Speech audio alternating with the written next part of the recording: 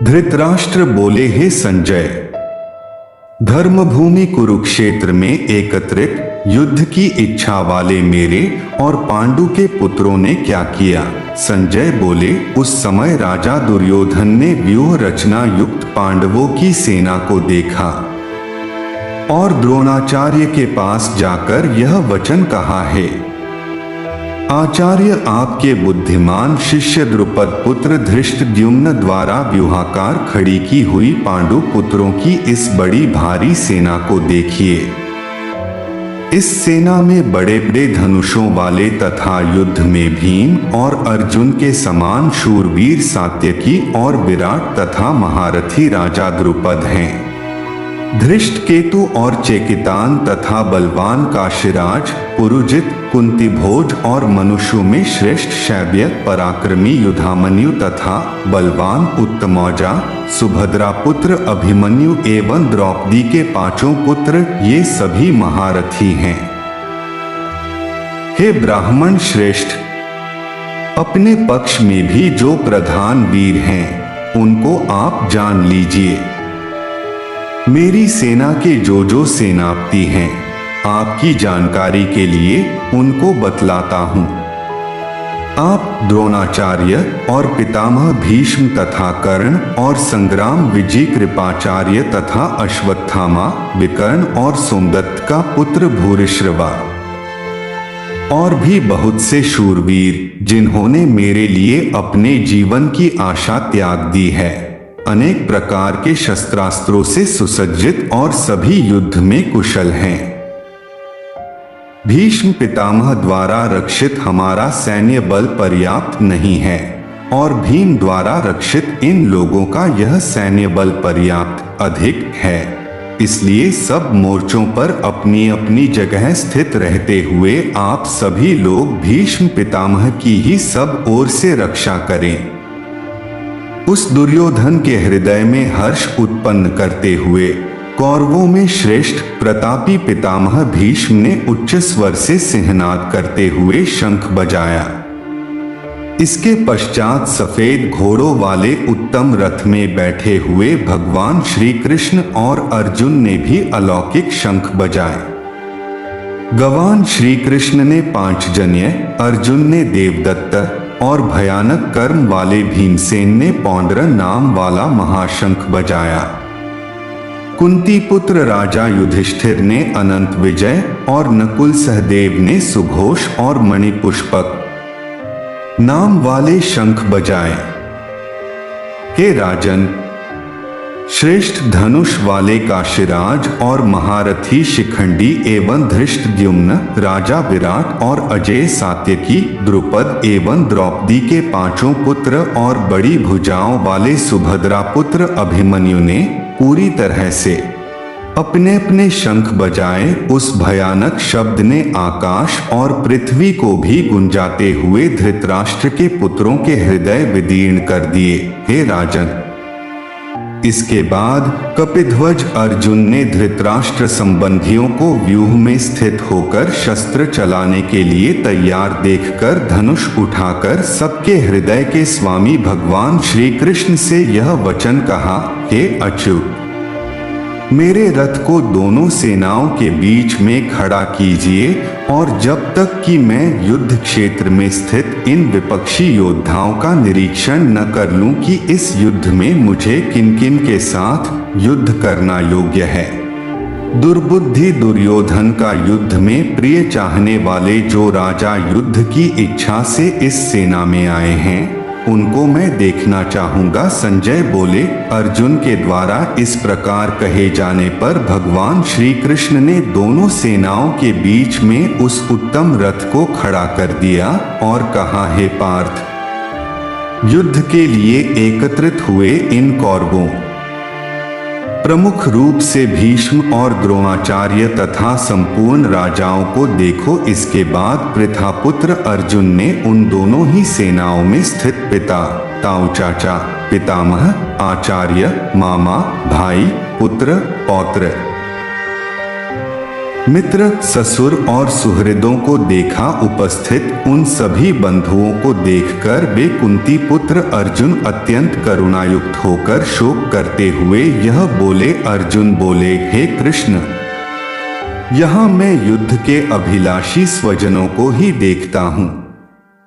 मेरे अंग शिथिल हुए हो रहे हैं और मुख सूख रहा है और मेरे शरीर में मेरा शरीर कांप रहा है और रोए खड़े हो रहे हैं। मेरे हाथ से गांडीव धनुष गिर रहा है और मेरी त्वचा जल रही है।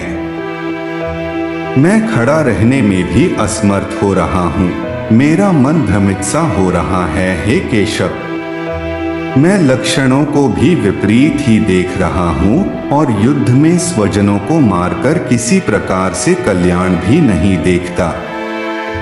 हे कृष्ण, मैं न तो विजय चाहता हूँ और न राज्य तथा सुखों को ही। हे गोविंद, हमें ऐसे राज्य, भोग और जीवन से क्या लाभ है? हमें जिनके लिए राज्य, भोग और सुखादि अभीष्ट हैं, वे ही सब धन और जीवन की आशा को त्याग कर युद्ध में खड़े हैं।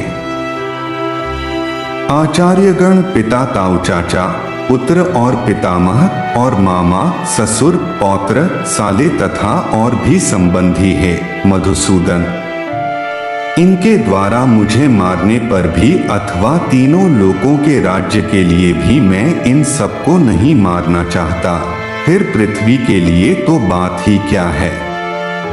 हे जनार्दन, धृतराष्ट्र के पुत्रों को मारकर हमें क्या प्रसन्नता होगी?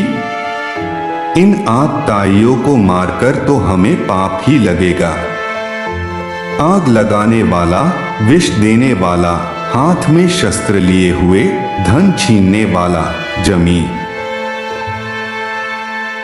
अथवा पत्नी का हरण करने वाला, इन 6 कार्यों को करने वालों को आतताई कहा गया है। नीति शास्त्र के अनुसार सभी आतताई वध के योग्य हैं। उनका वध बिना विचार किए किया जा सकता है और उनके वध में कोई दोष नहीं है।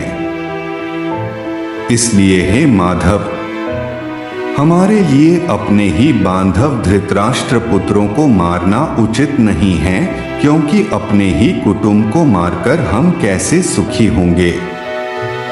यद्यपि नीति की दृष्टि से आतताइयों को मारने में कोई दोष नहीं है, परंतु धर्म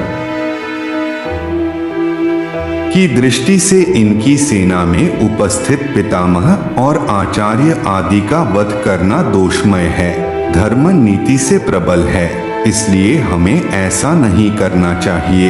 यद्यपि लोभ से भ्रष्टचित्त हुए ये लोग कुल के नाश से उत्पन्न दोष को और मित्रों से विरोध करने में पाप को नहीं देखते हैं, तो भी हे जनार्दन, कुल के नाश से उत्पन्न दोष को जानने वाले हम लोगों को इस पाप से बचने के लिए क्यों नहीं प्रयत्न करना चाहिए।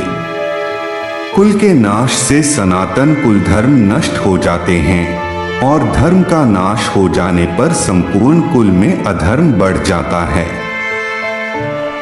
हे कृष्ण, अधर्म के अधिक बढ़ जाने से कुल की स्त्रियां दूषित हो जाती हैं और हे वार्ष्णेय, स्त्रियों के दूषित हो जाने पर वर्णसंकर उत्पन्न होता है। वह वर्णसंकर कुलघातियों को और कुल को नरक में ले जाने के लिए ही होता है।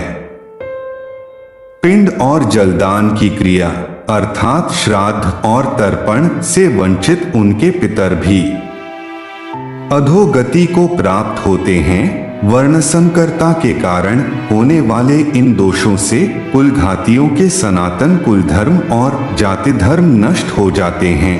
हे जनार्दन, और ऐसा हम सुनते आए हैं कि नष्ट कुल धर्म वाले मनुष्यों का अनिश्चित काल तक नरक में वास होता है। अरे बड़े दुर्भाग्य की बात है कि हम लोग राज्य और सुख के लोभ से स्वजनों को मारने रूपी महान पाप करने को भी उद्यत हैं। यदि मुझ सामना न करने वाले और शस्त्र रहित को शस्त्र लिए हुए धृतराष्ट्र के पुत्र रण में मार डालें तो वह मेरे लिए अधिक कल्याणकारी होगा। संजय बोले, इस प्रकार कहकर रणभूमि में शोक से उद्विग्न मन वाले अर्जुन बाण सहित धनुष को त्याग कर रथ के पिछले भाग में बैठ गए।